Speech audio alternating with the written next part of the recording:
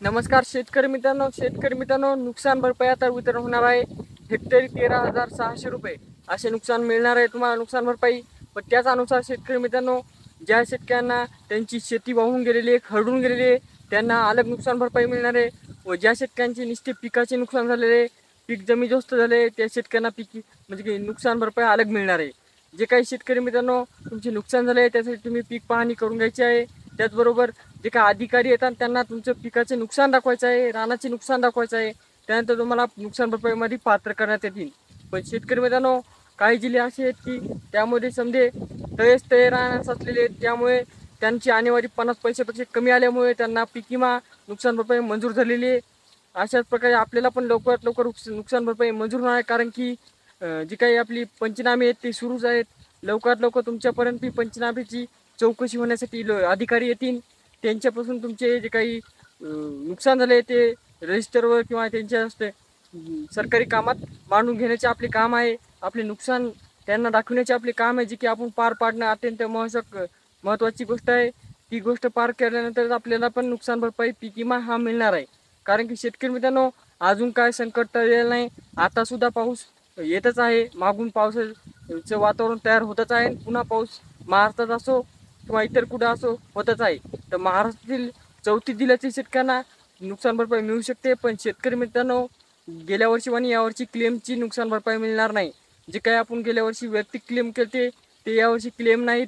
तर तुम्हाला तुमच्या जिल्ह्यातील जे काही पात्र शेतकरी असतात, 95% जास्त शेतकऱ्यांनी जर पीक विमा भरला आणि त्यांची नुकसान झाले असतात, नुकसान क्लेम आले असतात, पंचनाम्यामध्ये जास्तीत जास्त नुकसानग्रस्त झालं असेल, तरच तुम्हाला जे काही हे नुकसान आहे ते नुकसान भरपाई किंवा पीक विमा मिळणार आहे.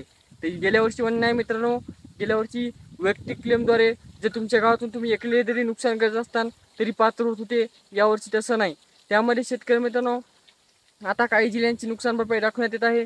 त्यामध्ये छत्रपती संभाजीनगर असो, धुळे असो, नंदुरबार असो, त्यानंतर जालना असो, नांदेड असो, हिंगोली असो, परभणी असो, अशा प्रकारे प्रत्येक जिल्ह्यामध्ये आपली आपली आणेवारी दाखवण्यासाठी पंचनामे होत आहेत. पण तुमच्या जिल्ह्यामध्ये सुरू नसतात तर लवकरात लवकर होतील.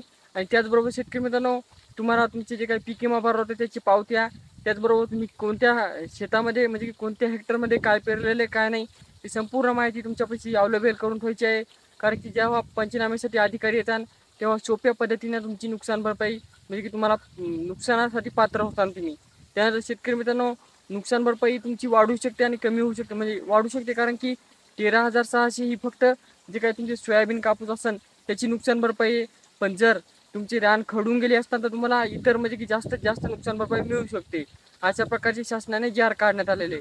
आता नेमकी ही नुकसान भरपाई कधी मिळेल हे सांगता येत नाही, कारण की पंचनामे व्हायचे बाकी आहेत. लवकरात लवकर जर पंचनामे झाले तर लवकरात लवकर जी काही नुकसान भरपाई आहे तुमची तिथे जार काढण्यात येईल आणि तुम्हाला पैसे वितरण करण्यात येतील.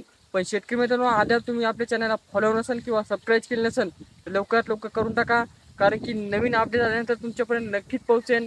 भेटूया नेक्स्ट वेळी. तोपर्यंत धन्यवाद. आणि लवकरात लवकर तुम्हाला नुकसान भरपाई मिळणार आहे. तुमची पीक पाहणी करून घ्या, जी की आवश्यक आहे. बऱ्याचशा शेतकऱ्यांना पीक पाहणी ॲप उघडत नाही आहे असं सांगत आहेत. शेतकरी मित्रांनो, सकाळी 7 वाजता उघडत आहे म्हणत, काही माहीत संध्याकाळी 8 वाजता उघड आहे. पण शेतकरी मित्रांनो, काही का होईना तुमची नुकसान भरपाई म्हणजे पीक पाहणी करून घ्या. पीक पाहणी ॲप पण लवकरात लवकर उघडन, कारण की आता सध्या समजेच शेतकरी त्याच्यावर तुटून पडलेले आहेत. लवकरात लवकर तिचा जेव्हा लोड कमी होईल, सर्व्हर कमी होईल, त्यानंतर तुमचे बी नंबर लागेल. लवकरात लवकर पीक पाहणी पण करून घ्या. खूप आवश्यक गोष्ट आहे. धन्यवाद.